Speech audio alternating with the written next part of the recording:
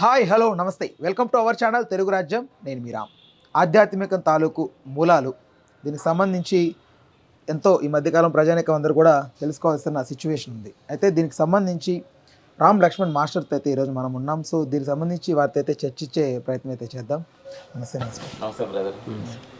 Master గారు, ఈ ఆధ్యాత్మికం వైపు ఇప్పుడు ఈ మధ్యకాలంలో అందరూ కూడా వెళ్ళాల్సిన సిచ్యువేషన్ ఉంది. బికాజ్ ఆ కరోనా తర్వాత అందరికీ తెలిసి వచ్చింది.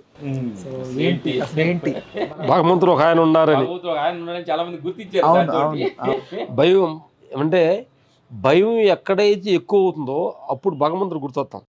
భయం లేని కాడ భగవంతుడు మనలో దృష్టిలోకి రాడు, అంతా నేను అనుకుంటాడు. అందుకే అప్పుడప్పుడు భగవంతుడు భయపెడతాడు. అప్పుడు భూకంపాలు, కరోనా ఇలాంటివన్నీ కొంచెం నేను ఉన్నానని వాళ్ళు అప్పుడప్పుడు ఇంటిస్తున్నారు, ఉనికి చాడుతుంటారు దైవం అప్పుడప్పుడు. చాలా మంది సార్ అదే టైంలో కూడా కొంతమంది తప్పు పట్టడం కూడా జరిగింది. ఇంత మరణానికి కారణం అవుతున్నారు, దేవుడు నిజంగా ఉంటే కాపాడాలి కదా అనేది కొంతమంది క్వశ్చన్ రేజ్ చేశారు. సో దాని మీద మీ అభిప్రాయం? డౌట్ చాలా పెద్దలకు అందరికి వచ్చింది, ప్రతి మానవుడికి వస్తుంటది. భగవంతుడు ఎందుకు భగవంతుడి దగ్గర ఈ ఆత్మపైలోకి వెళ్ళినప్పుడు పోయేది పుట్టేది భగవంతుడి అకౌంట్ కాదు, చైతన్యం అనేది ఎప్పుడు ఉండేది. మరణం లేనిది చైతన్యం. అర్థమైందా? కృష్ణ భగవాన్ కూడా భగవద్గీతలు అంటాడు, నన్ను నీటితో తడపజాలదు, అగ్నిలో దహించజాలదు, నేను కంటికి కనిపించను కానీ అంతటా నేనే ఉన్నాననే ఒక పాయింట్ చెప్పడే లేదా? అవును, ఉన్నారు కదా. అది మాకు పెద్ద తెలియదు, మేము చెబుతున్నాం. అలాగా కంటికి కనిపించింది ఎలా చచ్చిపోయింది అంటావు నువ్వు? అగ్నిలో కాలం దాన్ని చచ్చిపోయింది ఎలా అంటావు? నీటిలో తడపని దాన్ని ఎలా చచ్చిపోయింది అంటావు? దాన్ని చచ్చిపోయింది ఎలా అంటావు? వాయు ఆర్పవేయజాలదు అని అంటారు కదా. అట్లాగే అంటే ఈ దేహం ఏంటంటే ఇది ఒక పరికరం అన్నమాట. ఇది చచ్చిపోయేది కాదు, ఇది వచ్చిపోయేది. ఏం సార్ ఒక్కసారి చెప్పండి. అది ఈ దేహం అనేది మనం చచ్చిపోతున్నాం అంటారు కదా, చచ్చిపోయేది కాదు, ఇది వచ్చిపోయేది. Excellent sir. సార్ అసలు జననం మరణం, ఫస్ట్ జననం అంటే ఏంటి మీ దృష్టిలో, మరణం అంటే ఏంటి? ఒక టీవీ పాతదైపోయింది అనుకో, మార్చేస్తంటే అది ఏమంటావా? మనం చచ్చిపోయింది అంటావా? పాతదైపోయి మారుతున్నాం అంటావా? మారుస్తున్నాం అంటాం. అలా కారు పాతదైపోయింది ఏమంటారు దాన్ని? వాడి అంటే మార్చాలి అంటే చచ్చిపోయింది అనం కదా, అది అర్థమైందా? ఒక సోఫా సెట్ మారుతాం అంటే పై ఏమంటారు దాన్ని మార్చేటప్పుడు? రిపేర్కి వచ్చింది, బాగు చేసి మార్చాలి, మార్చేస్తా ఉంటాం. అంటే ఇదంతా కూడా మార్చుకునేదే కానీ చచ్చిపోయేది కాదు. మనం చచ్చిపోయేదని పేరు పెట్టుకున్నాం. నాకు కంప్యూటర్ ఆపరేట్ చేతకని తెలియదు, నా కొడుకు కంప్యూటర్ ఆపరేట్ చేస్తాను. అర్థమైందా? అవును సార్. అంటే నా అప్డేట్ వర్షన్, ఇప్పుడు నా అప్డేట్ వర్షన్ ఆయన ఉన్నాడు, ఇప్పుడు నేను లేను అక్కడ. అంటే నేను లేనందువల్ల చచ్చిపోయినట్టు కాదు, ఆ కొడుకు ఉన్నాడు అక్కడ. ఓకే, మీకు అర్థమైందా? అందుకని మనం అందరం ఏంటంటే వచ్చిపోలేము, చచ్చిపోలేము కాదు. ఇంకొక మాట కూడా ఉంది. మరణం అనేది ఏంటంటే మరణం రాకముందు నేనుంటా, మరణం వస్తే నేను ఉండను, దాని గురించి భయపడాలని అవసరం లేదు.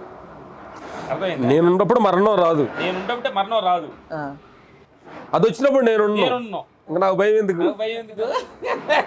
అర్థమైందా? నేనున్నప్పుడు మరణం రాదు, అది వచ్చినప్పుడు నేనున్నాను. అంటే ఆ రెండు క్లాస్ అవ్వు. అవును సార్. మనం ఎందుకంటే ఏదో భయం పడుతున్నాం కానీ భయపడాలని అవసరం లేదు, అది వస్తే నువ్వు ఉండవు కాబట్టి.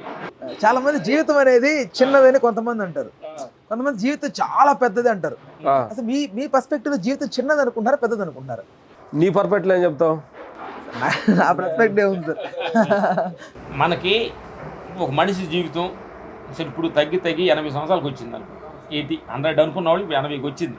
ఈ ఫాస్ట్ 80లో నిద్రకు సగం తీసేయి, 40 ఉండే 40లో నువ్వు తినటానికి, మాట్లాడడానికి, మొహం కడుకోవడానికి, డ్రెస్సులు వేసుకోవడానికి, నీ సంసారాన్ని పోషించడానికి, పెళ్లి చేసుకోవడానికి, దీనికి ఎంత తీసేస్తావు?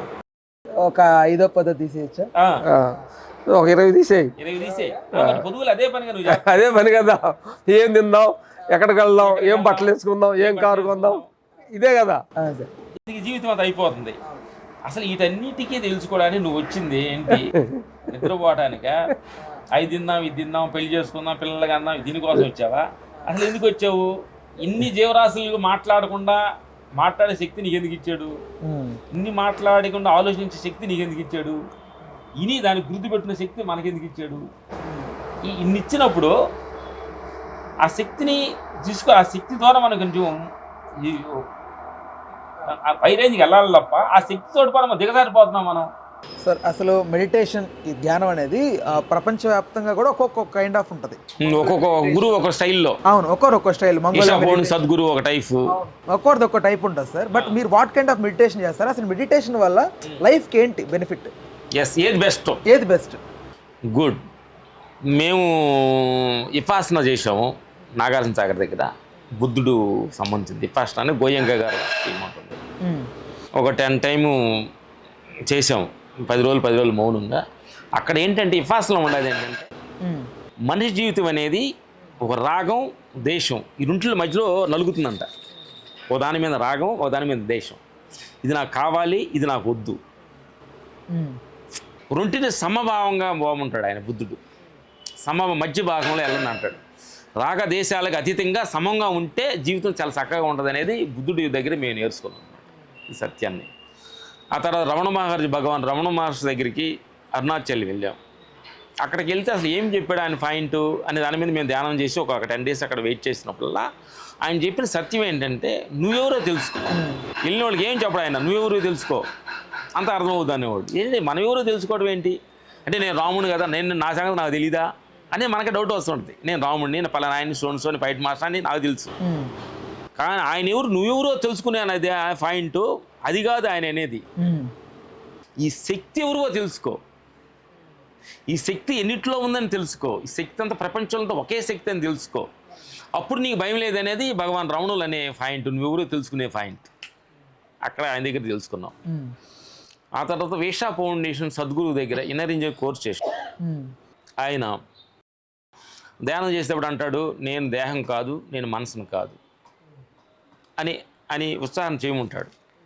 అంటే నేను దేహాన్ని కాదు, నేను మనసును కాదంటే ఇంకేముంది? ఇప్పుడు నేను ఈ దేహాన్ని నేను కాదు అన్నాను, నేను మాట్లాడుతున్నది ఈ మనసు నేను కాదు అంటున్నాను. ఇంక ఈ రెండు కాదంటే ఏముంది? ఉండదంతా ఒకే శక్తివి, అదే భగవంతుడివి అనే సత్యాన్ని ఆయన దగ్గర మేము తెలుసుకో. అట్లా మాకు బ్రహ్మర్షి సుభాష్ పత్రిజీ గారని మేము అక్కడికి వెళ్ళాము అనమాట. అక్కడ శ్వాస మీద ధ్యాస అని ఆయన ప్రక్రియ ఉందన్నమాట. అప్పుడు ఏంటంటే మనుషులకు మనకేంటంటే ఏదైనా ఒక టెన్షనో భయం వచ్చినప్పుడు శ్వాస కొంచెం అని అంటుంటుంది, హార్ట్ బీట్ ఎక్కువ అయిపోతుంటుంది. అప్పుడు ఈ శ్వాసనే మనం కానీ గమనిస్తూ ఉండే పని అయితే కొంచెం ఆ నోటర్లోకి వస్తావు. అప్పుడు నువ్వు అనుకున్న పని మీద చేస్తున్న క్లారిటీ ఉంటుంది అనేది మేము అక్కడ పని చేసాం అనమాట. అట్లా మేము భిక్షమయ్య గురి దగ్గర సత్యసాయి ధ్యానం అని ఆయన దగ్గర కోర్సు చేసాం. అక్కడ మేము తెలుసుకున్నది అంటే అహంకారం ఎలా ఉంటుందని అక్కడ దగ్గర ఆయన దగ్గర నేర్చుకున్నాం. ఇప్పుడు ఛానల్ ఇంతకుముందు మేము మంచోళ్ళమే అనే ఒక అహంకారం ఉండేది మాకు. అంటే మేమే అలవాటు లేదు, మేము ముందు తాగం, సిగరెట్ తాగం, మేము బ్యాడ్ హ్యాబిట్స్ లేదు, అంటే మేము మంచోళ్ళం అనే అహంకారం కూడా కొంచెం ఉంది. ఈ అన్నింటిలో కల్లా ఇది చాలా డేంజర్ అనే సంగతి మేము తెలుసుకున్నాం ఆయన దగ్గరికి వెళ్ళాక. అట్లా ఒక గురువు దగ్గర ఒక సత్యాన్ని తెలుసుకున్నాం. ఎందుకంటే ఇది చాలా డేంజర్ అనమాట. ఈశ్వరుడు పట్ల అంటారు కదా, అందుకే నేను మంచోడు అన్న అహంకారం చూడు చాలా, దాని పట్ల చాలా మంచిది, చాలా సెల్ఫ్ అదే అప్పుడు తెలుసుకున్నాం అనమాట. అట్లా ఆయన దగ్గర నేర్చుకున్నాం. ఎందుకు కామన్గా అంటే రెండు మాట్లాడేటప్పుడు అర్థం అవుతుంది, అతని గురించి నన్ను ఎక్కువ చెప్పుకుంటాడు. ఎస్, ఉదాహరణకి ఏం లేదమ్మా, మనుషులను గమనించాలి. నేను ఆ కాలంలో అటు చేశాను, ఎట్ట చేశాను, అవి చేశాను అంటుంటాడంటే ఇప్పుడు ప్రజెంట్లో లేనట్టు అర్థం. నేను ముందు ఏదో చేస్తాను, లేదా పీకేస్తాను, ప్రపంచాన్ని మార్చేస్తానంటే ఇప్పుడు ముందుకుంటాడు లేడు. ఇప్పుడు ప్రజెంట్లో ఉండి ఇప్పుడు ప్రజెంట్ సిచ్యువేషన్గా మాట్లాడుతున్నామంటే ఇప్పుడు ప్రజెంట్లో ఉండట్టు. ఈ ఆత్మ పైన ఏంటంటే ముందుకెళ్ళేది ముందుకెళ్ళేనే తెలియాలి, వెనకుండానే సంగతి తెలియాలి, ప్రజెంట్లో ఉన్న సంగతి తెలియాలి. ఇది అవేర్నెస్ అంటారు, దీన్ని ధ్యానం మెడిటేషన్ అంటారు. ఎస్, ఎందుకంటే చాలామంది ఏంటంటే గతంలో జరిగిపోయిన కష్టాలని, లాసుల్ని, ఎవళ్ళ తిట్టినాటినే తలుసుకొని నెడుతుంటారు, బాధపడుతూ. అట్లా ముందు జీవితం ఏమవుద్దో, నాకు పెళ్ళి అవుద్దో, లేదా నా బిజినెస్ లాస్ అవుద్దో, నేను అది అవదోనని ముందు భవిష్యత్తుని గురించి ఆలోచించుకొని బాధపడుతూ ఉంటారు. ఇప్పుడు ప్రజెంట్ని మర్చిపోతారు, హీరో అవుదాను, విలన్ అవుదాను, అది అవుదాను భ్రమలు చెందుతూ ఉంటారు. అందుకని మేమేంటే ఈ ధ్యానం మెడిటేషన్ అనేది ఏంటంటే జరిగిపోయిందనే గతహాయ అంటాడు రజనీకాంత్ అన్నట్టు. జరిగిపోయింది నీ చేతుల్లో లేదు, జరగబోయేది నీ చేతుల్లో లేదు, ఇప్పుడు ప్రజెంట్ నీ చేతుల్లో ఉన్నా కాబట్టి ఇప్పుడు ఉంటాం, హ్యాపీగా ఉంటాం, నీ ఆనందం. సార్ అంటే రజనీకాంత్ గారి గురించి అన్నారు కాబట్టి ఒక టాపిక్ సార్, ఆయన కూడా ఒక ఆధ్యాత్మికంగా హిమాలయాలకు వెళ్ళిపోతుంటారు, అక్కడ పీస్ కోసం వెళ్ళిపోతుంటారు, అక్కడ ఏదో ఆశ్రమంలో ఉంటారు గడుపుతారు. అవతార బాబా ఆశ్రమం, అవతార్ బాబా ఆశ్రమం. సో దాని గురించి ఏదైనా చెప్పగలుగుతారా, మీకు ఏదైనా తెలియదు? మేము రజనీకాంత్ గారి వర్క్ చేసాం సార్, దర్బార్ అనే సినిమా. ఆయనతోటి చాలా ఈ ఆత్మ గురించి చాలా అద్భుతమైన పయనం గురించి మాట్లాడుకున్నాం అనమాట. ఆయన చాలా డెప్త్కి వెళ్ళారు అనమాట. ఓన్లీ ఈ దేహం మనసే పర్ఫార్మెన్స్ యాక్టింగ్ చేస్తున్నారు. ఆయన ఉండేదంతా విషయంలో కలిసిపోయి ఉండారు. ఆయన అంతా ఆయన గొప్ప గురువు ఆయన. Okay sir. సార్ ఇప్పుడు ఈ మధ్యకాలంలో మీరు ఒక ఆవిడ గురించి బాగా సర్క్యులేట్ అవుతుంది న్యూస్లో అంతా కూడా, అఘోరి అనేది విన్నారు కదా సార్? వినే ఉంటారు కదా. మేము పెద్ద చూడలేదు, వినలేదు, చెప్పనా. అయితే ఆ అఘోరి అనే ఆవిడ ఇక్కడికి ధర్మం కాపాడాలంటూ వచ్చింది, నాగసాధు ఆవిడ. ఇక్కడికి వచ్చి సికింద్రాబాద్ ఇన్సిడెంట్లో ఆవిడ ఇట్లా సాష్టాంగ నమస్కారం వాట్ ఎవర్ చేసి సో ఇక్కడ కాపాడడానికి వచ్చానన్నట్టుగా చెప్పుకొచ్చింది. సో మీ పర్స్పెక్టివ్లో అఘోరాగా అవతారం ఎత్తితేనే దైవాధీనంలో ఉన్నట్ట? అంటే పుస్తకం చూడలేదు, మేము వినలేదు, పెద్దగా మాకు తెలియదు మాట్లాడేది. నేనేంటంటేనమ్మా, ఎవరు తప్పు కాదు. అఘోరాలు అంటే వాళ్ళకొక ఒక భగవంతుడు ఒక పాత్ర ఇచ్చారు వాళ్ళకి. నీకు అందుకని అఘోరాలు అట్లా ఉండారని వాళ్ళని మనం తక్కువ చూపకూడదు. అందుకని చెప్పి మనకు వచ్చారంటే ఏదైనా లిమిట్గా ఉంటే అందరికి లిమిటే. ఇప్పుడు అఘోరాలు ప్రపంచంలో కుంభమేళానికి కొన్ని వేల మంది, కొన్ని కోట్ల మంది వస్తారు. మనం ఏమైనా డిస్టర్బెన్స్ చేశారా? లేదు. ఆవిడ వచ్చి పబ్లిక్లోకి బట్టలు లేకుండా తిరుగుతున్న వాళ్ళు ఆడే డిస్టర్బెన్స్గా ఉంది కాబట్టి మనం అనుకున్నాం తప్ప. అందుకని ఎవరు ఎక్కడ ఉండాలి అక్కడ ఉంటే మర్యాద. ఫైన్, అర్థమైందా? అదే సార్, అదే. అంటే ఇప్పుడు దైవం మనం అంటే దైవం మనల్ని యాక్సెప్ట్ చేయడం ముఖ్యమా, మనం దైవాన్ని యాక్సెప్ట్ చేయడం ముఖ్యమా? సార్ ఇప్పుడు దైవం మనల్ని యాక్సెప్ట్ చేయడం ముఖ్యమా, మనం దైవాన్ని యాక్సెప్ట్ చేయడం ముఖ్యమా? మనం నమ్మాలా దైవాన్ని, దైవం మనల్ని నమ్మాలా? రెండు ముఖ్యమే. ఎందుకనంటే ఫస్ట్ నువ్వు నమ్మాలి, ఆ తర్వాత దైవం నమ్ముద్ది. ఎందుకనంటే నేను అడ్డపనులు పనులని చేస్తాను, భగవంతుడు ఆశీర్వాదం అంటావేంటి? సార్ పాపాలు చేసి అందరూ వెళ్ళి ఏదో మునిగేసి నా పాపం అంతా పోయింది మళ్ళీ ఫ్రెష్ గా స్టార్ట్ చేస్తారు. రెండు ముఖ్యమే. ఎందుకనంటే భగవంతుడు స్పర్శలో ఉండాలి. ఆయన నేనేంటంటే తమ్ముడు ఏంటంటే భగవంతుడి కంటే ఒక లాంగ్వేజ్ ఉంది.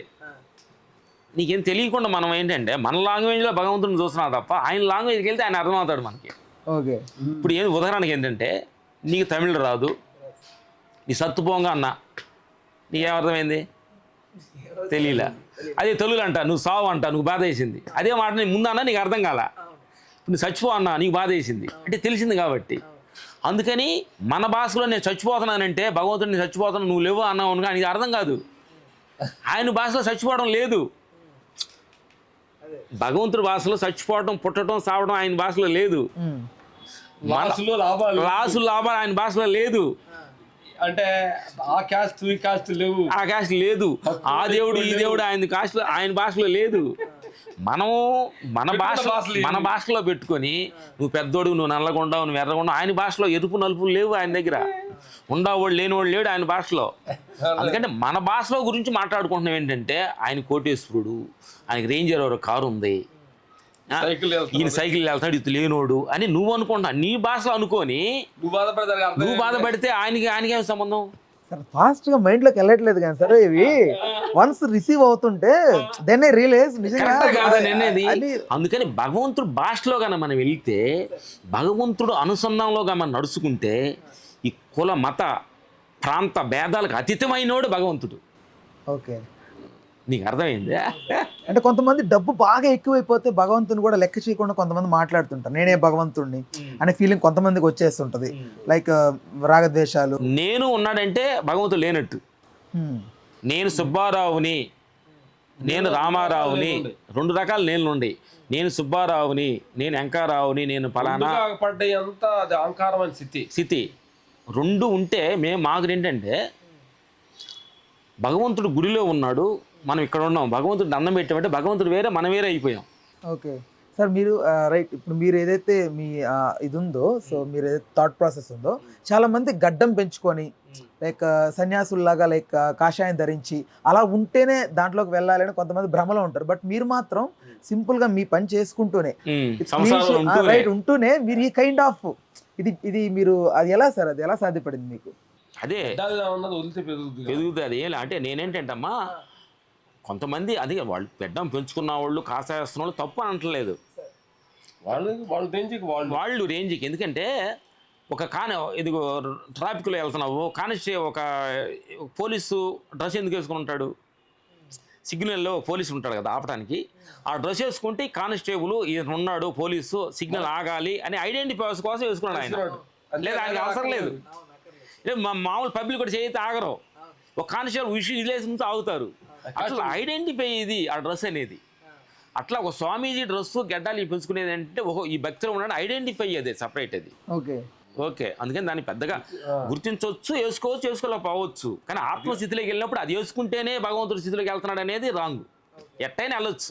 సార్ ఇప్పుడు చాలా మంది గుడిలోనే దైవం ఉంది అని కొంతమంది అంటారు, లేదు ప్రపంచం అంతా దైవం ఉంది అని కొంతమంది అంటారు. మీరేం నమ్ముతున్నారు సార్? మీరు చెప్పిన దాని ప్రకారం ప్రపంచం అనుకుంటున్నారు. ప్రపంచంలో నువ్వు అన్నట్టు మంచి క్వశ్చన్ అడిగావు. నమ్మినోడికి ఎక్కడైనా ఉంది, నమ్మినోడికి ఎక్కడా లేడు. గుడిలో దేవుడు ఉన్నాడని నమ్మేవాడికి గుడిలోనే ఉన్నాడు, ప్రపంచంలో ఉన్నాడు. నువ్వు వెళ్ళినప్పుడు గుడిలో తెలుసుకోవాలి పాయింట్ ఏంటంటే, గుడికి నువ్వు వెళ్ళావు కదా, గుడికి నువ్వు వెళ్ళినప్పుడు నీలో దేవుడు ఉన్నాడు కాబట్టి నువ్వు ఆ గుడిలోనే ఉన్నాడు. నువ్వు ఉన్నావు అంటే గుడిలోనే ఉన్నాడు. నువ్వు ప్రపంచంలో ఉన్నావంటే ప్రపంచంలో ఉన్నాడు. నువ్వు ఎక్కడ ఉంటే అక్కడ ఉన్నాడు. నీలో ఉన్నాడు కదా ఆయన. నువ్వు నీలో ఉండకపోతే నువ్వు గుడికి ఎట్ట వెళ్తావు? శవాన్ని గుడికి వెళ్ళ, నేను శవాన్ని గుడికి వెళ్ళము. నువ్వు శవం గుడికి వెళ్తే అన్నం పెట్టి ఉంది అనుకోండి, కరెక్ట్ అనుకోవచ్చు. నువ్వు వెళ్ళావంటే నువ్వు ఉండవు, అంటే దేవుడు ఉన్నట్టే నీలో. అంటే నేనేంటంటే తమ్ముడు మనకి చెప్పాలి, మనం ఒక రేంజ్ రోవర్ కారు వేసుకుంటే ఏమంటాం? మనం ఒక రేంజ్ రోవర్ అంటాం. అవును సార్. ఈ దేహాన్ని కూడా ఒక రేంజ్ రోవర్ మంది, ఇది భగవంతుడు ఇచ్చిన రేంజ్ రోవర్ ఈ కారు మనకి. ఎందుకంటే దీనిలో ఉంచుకో, ఈ రేంజ్ రోవర్లో ఆల్కహాల్ పోస్తే ఇది డేంజర్ రోవరు. దీనికి ఒక మంచి జ్యూసో ఓ పాలో వాటర్ తాపిస్తే రేంజ్ రోవర్ ఇది. అర్థమైందా? దీనికి తినకూడదు దాన్ని తినిపిస్తే డేంజర్ రోవర్ ఈ దేహం. ఓకే, మంచిగా పళ్ళు పలహారాలు మంచి ఆహారం తినిపిస్తే రేంజ్ రోవర్ ఇది. అంటే కొంతమంది దైవానికి కూడా సార్ అంటే కానుకలు ఇవ్వడం, వాళ్ళ కోరికల కోసం కానుక ఇచ్చి కోరుకోవడం, అంటే దేవుణ్ణి కమర్షియల్ వేలో చూడడం. నేను ఇప్పుడు ఒక 100 కోట్లు హుండీలో వేశాను, నా కోరిక నెరవేరుతుందని కొంతమంది నమ్ముతారు. లేదు నేను దైవాన్ని నమ్ముకున్నాను, దైవం నాతో తోడున్నాడు, ఖచ్చితంగా నా కోరిక నెరవేరుస్తాడని కొంతమంది నమ్ముతుంటారు. ఏది సార్ కరెక్ట్? కానుకలకి అదే కరెక్ట్. నీ దగ్గర 100 కోట్లు డబ్బులు ఉండి తిరుపతి వెంకటేశ్వర గుడిలో వేసాము, 100 కోట్లు రావటానికి దేవుడు హెల్ప్ చేసేనే నమ్మకంతో వేసాం కదా, ఆ దేవుడు ఉన్నాడు అక్కడ. నీకు వెంకటేశ్వర స్వామి నేను గుళ్ళో వేసేసినారు లేదు, నేను 10 మందికి హెల్ప్ చేసి 10 మందికి అన్నం పెడతాను అనుకో, నా నమ్మకం చూడు, అక్కడ దేవుడు ఉన్నాడు. ఇది వృద్ధులు ఆశ్రమానికి, వికలాంగులకి, తర్వాత హార్పన్ చిన్న ఉంటాయి కదా, చిన్న స్కూళ్ళు ఉంటాయి, వాళ్ళకి ఇస్తున్నాడు చూడు, వాళ్ళ దేవుడిని చూస్తున్నాడు. అందుకే మనం చూసేదాన్ని బట్టే దేవుడు ఉన్నాడు అంటున్నా. నువ్వు గుళ్ళో చూస్తే గుళ్ళో ఉన్నాడు, ఓ మనుషులు చూస్తే మనిషిలో ఉన్నాడు, ఓ ముసలివాడు చూస్తే మనిషిలో ఉన్నాడు, చెట్లో చూస్తే చెట్లో ఉన్నాడు దేవుడు. అంటే మనం చూసే సుగుని బట్టి దేవుడు ఉన్నాడు తప్ప దుష్టు లోపమే కానీ సృష్టి లోపం లేదు. మన దృష్టి లోపం. దుష్టు లోపమే కానీ సృష్టి లోపం కాదు, సృష్టి అంతా సార్ కొంతమంది నాస్తికులు కొంతమంది మాట్లాడుతుంటారు సార్, ఇప్పుడు లైక్ దేవుడు అన్ని చోట్ల ఉన్నారని అంటుంటే రైట్, ఇప్పుడు ఏదన్నా ఒక అమ్మాయికి అత్యాచారం జరుగుతుంటే అక్కడ ఎందుకు లేడు దేవుడు అని కొంతమంది మాట్లాడుతుంటారు. ఈ మధ్య కాలంలో కొంతమంది విన్నాను నేను నాస్తికంగా మాట్లాడుతున్నప్పుడు. అతను మాట్లాడే రైట్స్ అతనిది. ప్రపంచం మేమేమిటంటే ఫీలింగ్ మేమేంటంటే ప్రపంచంలో వాళ్ళ ఇష్టాన్ని మాట్లాడతానే భగవంతుడు హక్కు ఇచ్చాడు, దాన్ని మనం తప్పు అంటానికి లేదు, మనకు హక్కు లేదు. మేము చెప్పే పాయింట్ ఏంటంటే, మనిషి ఏంటంటే మనుషులుగా మనం ఉంచేంటంటే ఒక ఉన్నత స్థాయిలో ఉండేవాళ్ళని మనం వాళ్ళని అచీవ్మెంట్గా చేస్తాం. జ్ఞానం ఏం చేస్తాడంటే, అర్థమైందే, ఒక మంచి ఒక తాగి ఒక మంచి టై కట్టుకొని ఒక సాఫ్ట్వేర్ ఆఫీసర్ తాగి ఫుల్ అయిపోయి ఫ్లాట్ మీద పడ్డాడు అనుకోండి, అతని దగ్గర జ్ఞానం నేర్చుకుంటాడు. అర్థమైందా? ఇప్పుడు నువ్వు ఉండవు, మ్యారేజ్ అయిందా నీకు? లేదు సార్. అవ్వలేదు, గుడ్, సంతోషం. నీకు పిల్లని ఇవ్వేవాళ్ళు ఒక వికలాంగులు అయ్యి కళ్ళు చూడలేక మాట్లాడలేక నడవలేకుండా ఉంటే నీకు ఒక పిల్లని ఇస్తారా? లేదు సార్, ఇవ్వరు.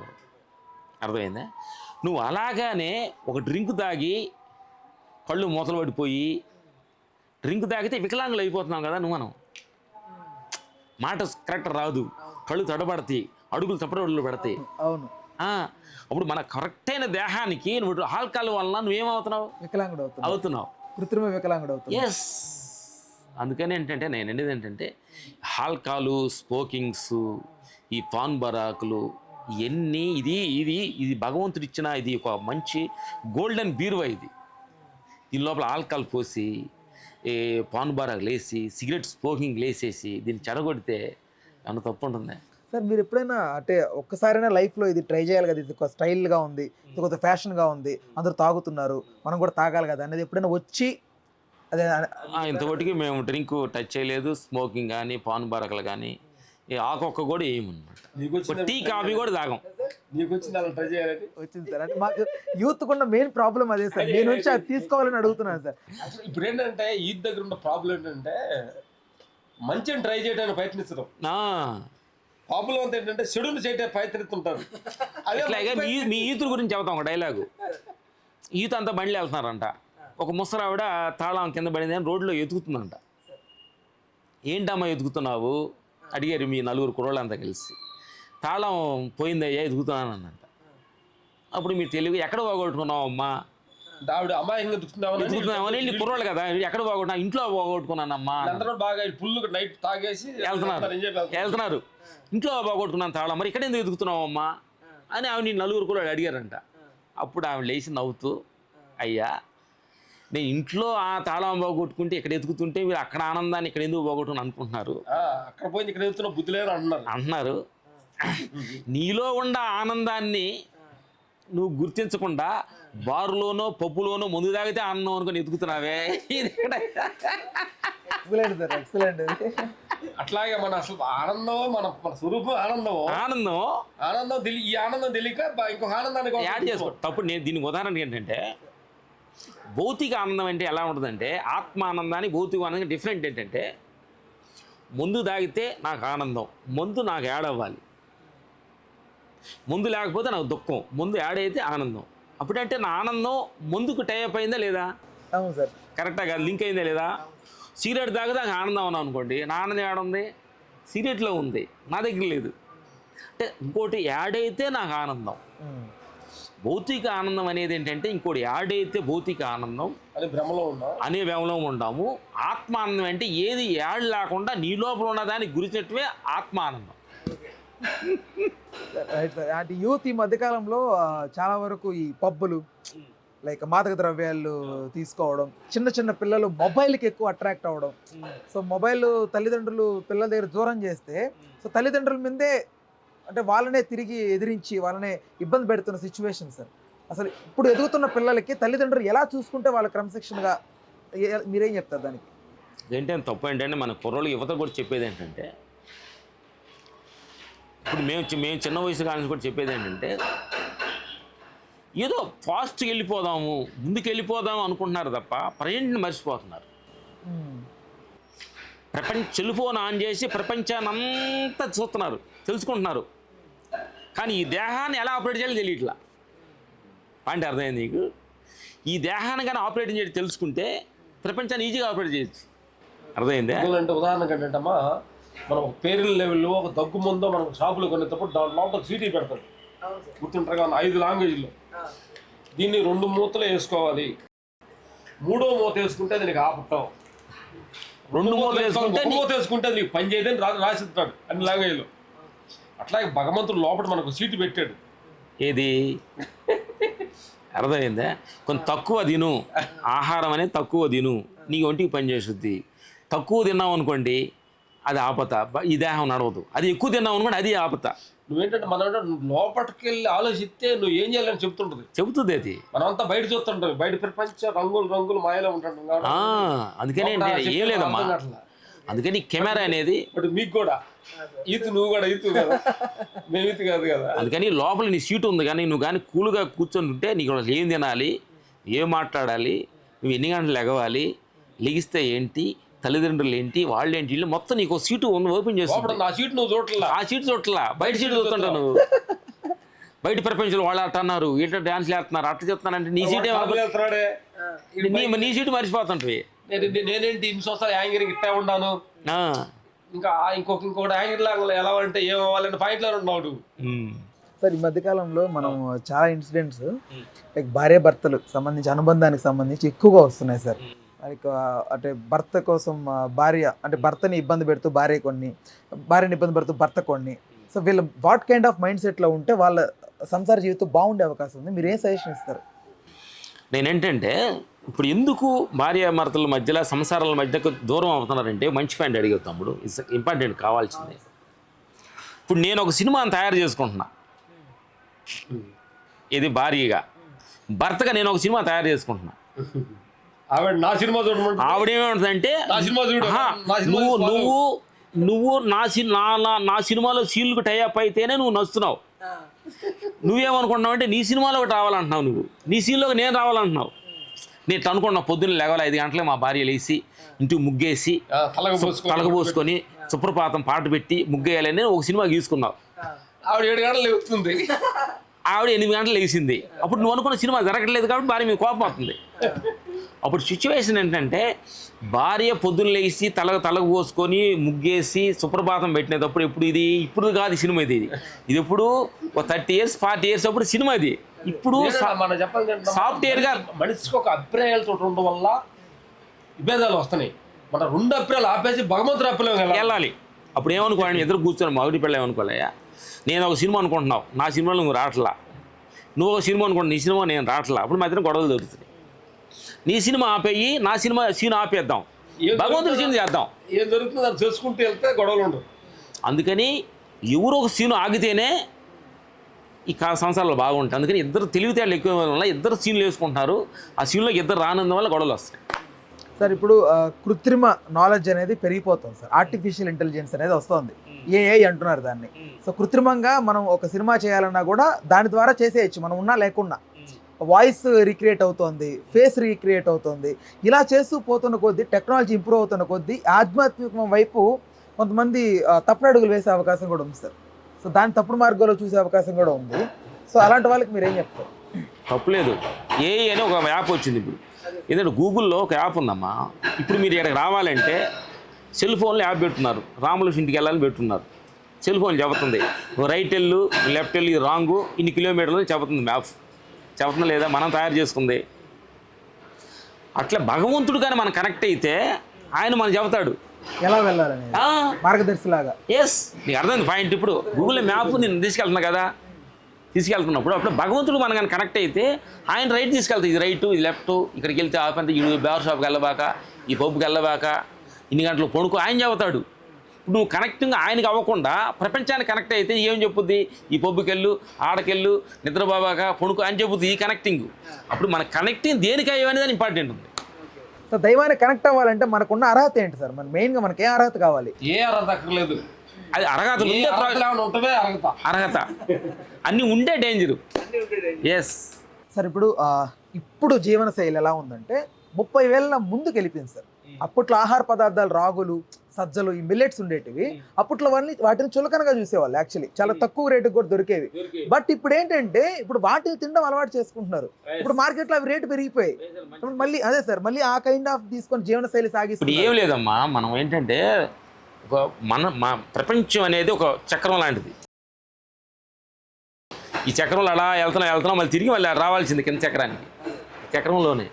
అందుకని మనం ఏదో 10 పిజ్జాలు, బర్గర్లు అన్ని లేటెస్ట్గా అవి అని వెళ్ళిపోయాము. వెళ్ళిన తర్వాత అడిపోయింది, షుగర్ బీపీలు అటాక్ అయిపోయిన తర్వాత అర్థమైంది ఇది కాదు కరెక్ట్ అయిన ఫుడ్ మన అసలే అని చెప్పి వీళ్ళ కిందకు చక్రం తిరిగింది.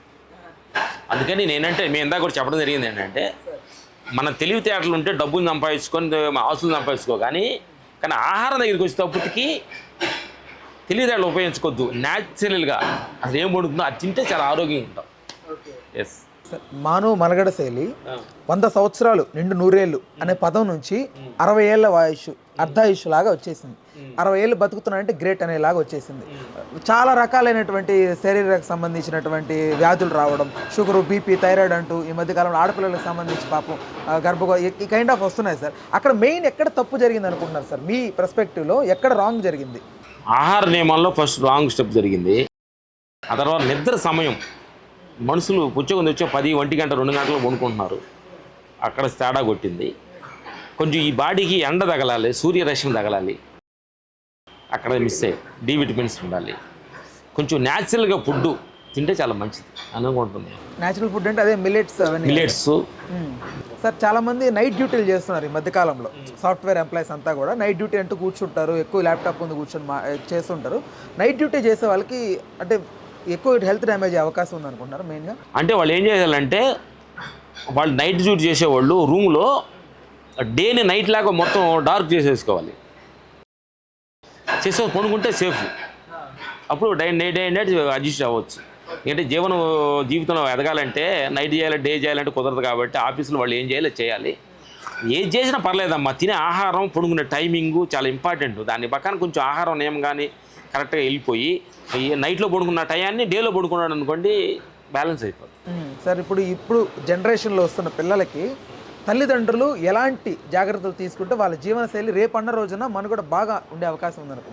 తల్లిదండ్రులు కొంచెం స్వేచ్ఛనిస్తున్నారు ఇవ్వకుండా. కొంచెం అంటే పిల్లలు ఇప్పుడు ఉన్న జనరేషన్స్కి సెల్ ఫోన్స్కి దీనికి అలవాటు పడి చిన్న పిల్లలు కూడా సెల్ ఫోన్ లేదు, నిద్రపోవట్లేదు, సెల్ ఫోన్ లేదు, వాళ్ళు వండుకోవట్లేదు, అలవాటు అయిపోయి జనరేషన్ మారిపోయింది. కాబట్టి తల్లిదండ్రులు ఏంటంటే మనం ఒక పద్ధతి ప్రకారంగా ఆహార నియమాలు తింటూ ఉంటుంటే వాళ్ళు కూడా మనం చూసి తినడానికి అలవాటు పడతారు తప్ప మనం పాజిటివ్ జనరేషన్కి వెళ్ళిపోయాం అనుకోండి, వాళ్ళు దానికి వెళ్ళిపోయి ఇంకా ఎక్కువగా అయిపోతుంది అనేది మా ఐడియా. సార్ మనిషి మనుగడకు సంబంధించి లేకపోతే ఆధ్యాత్మికానికి సంబంధించి మీరు ఏదైనా ఒక బుక్ ఏదైనా రాసేది ఏదైనా ఉందా సార్? అనుకుంటున్నారా ఏదైనా రాయాలని కానీ ఏదన్నా? బుక్ రాయాలంటే మాకు చదువు లేదు కాబట్టి రాపించాలి. మీ మాట చెప్పినా రాపించి ఏర్పాటు చేయాలి. అందుకని మాకు ఒక మనిషి తీసి బుక్ రాత్రమే అంటే రాయాలని మనస్ఫూర్తిగా కోరుకుంటున్నాను సార్. మీకు ఏదైతే మీ ఐడియాలజీ ఉందో ఇది ఒక బుక్ రాద్దాం, ఎవరైనా ఉపయోగపడుద్దనే ఉద్దేశం అనమాట. ఖచ్చితంగా ఉపయోగపడుతుంది సార్. ఎందుకంటే మేము లాస్ట్లో చెప్పేది ఏంటంటే ఇప్పుడు దాకా మా ఫ్యామిలీ మా కోసం కష్టపడ సినిమాలో 10 రూపాయలు డబ్బులు సంపాదించుకున్నాం. మా సన్ను ఫైట్ మాస్టర్ అయిన తర్వాత 1 year 2 yearsలో రిటైర్డ్ అయిపోయి ఆంధ్రప్రదేశ్, తెలంగాణ, కర్ణాటకతోటి ప్రతి విలేజ్కి వెళ్ళి రైతుల్ని పలకరించుకుంటూ అన్నదమ్ము రిలేషన్ గురించి నడుస్తూ ప్రకృతిలో మేము ఎంజాయ్ చేస్తూ అట్లా ప్రతి ఆ ఊరికి వెళ్ళి ఊర్లో ధర్మ సత్యాన్ని చెప్పుకుంటూ తిరగాలనేది మా లాస్ట్ మీన్స్.